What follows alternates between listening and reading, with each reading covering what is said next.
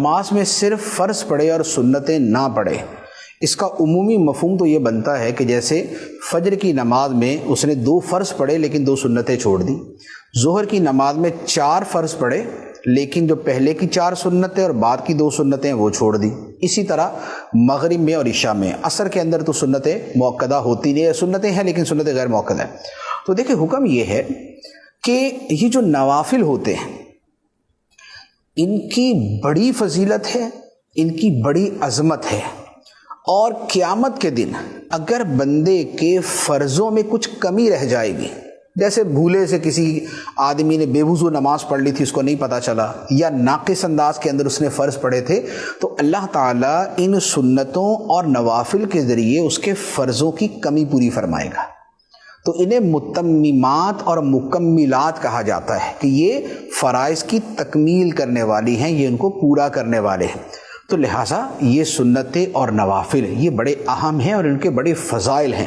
احادیث طیبہ کے اندر یہ جیسے مثال کے طور پہ فجر کی سنتیں، اس کے بارے میں تو یہاں تک فرمایا گیا ہے کہ اگرچہ دشمن کے گھوڑے تم پہ حملہ بھی کر دے تب بھی یہ سنتیں ادا کرو، فجر کی سنتیں۔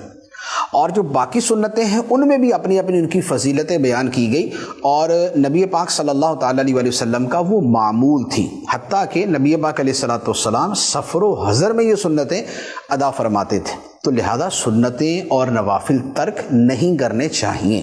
اچھا، اب یہ ہے کہ بالفرض اگر کوئی ترک کرتا ہی ہے تو اس پہ حکم شرعی کیا ہے؟ تو اس کا جواب یہ ہے کہ جو نوافل ہیں یا جو سنتیں غیر مؤکدہ ہے، اگر ان کو ترک کرتا ہے تو وہ گناہ گار نہیں ہے، ایک فضیلت کا عمل تھا اس نے چھوڑ دیا۔ لیکن اگر سنت مؤکدہ ترک کرتا ہے، سنت مؤکدہ کون سی ہیں؟ ظہر سے پہلے، فجر سے پہلے کی 2، ظہر سے پہلے کی 4 اور ظہر کے بعد کی 2، مغرب کے بعد کی 2 اور عشاء کے بعد کی 2۔ تو یہ سنتیں جو ہیں یہ سنت مؤکدہ ہیں۔ اور جمعے کے اندر یہ ہوتا ہے کہ جمعے سے پہلے کی 4 اور جمعے کے بعد کی 4، وہ سنت مؤکدہ۔ تو اب اگر جو سنت مؤکدہ کا تارک ہے تو اس کے بارے میں حکم یہ ہے کہ اگر کو ایک آدھ مرتبہ کبھی کبھار چھوڑ دی تو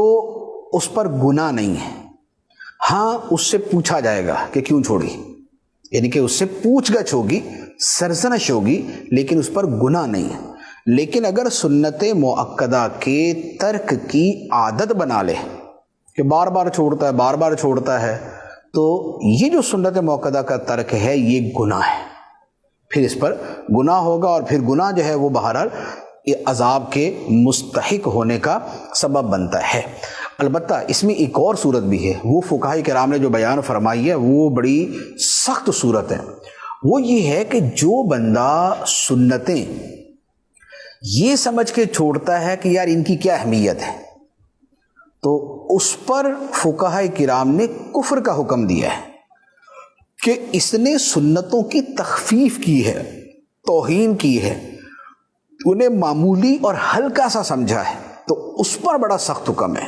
اب جو لوگ عادتاً سنت مؤکدہ ترک کرتے ہیں، نہ نفل پڑھنی، نہ سنت غیر مؤکدہ، نہ سنت مؤکدہ، اور بس فرض،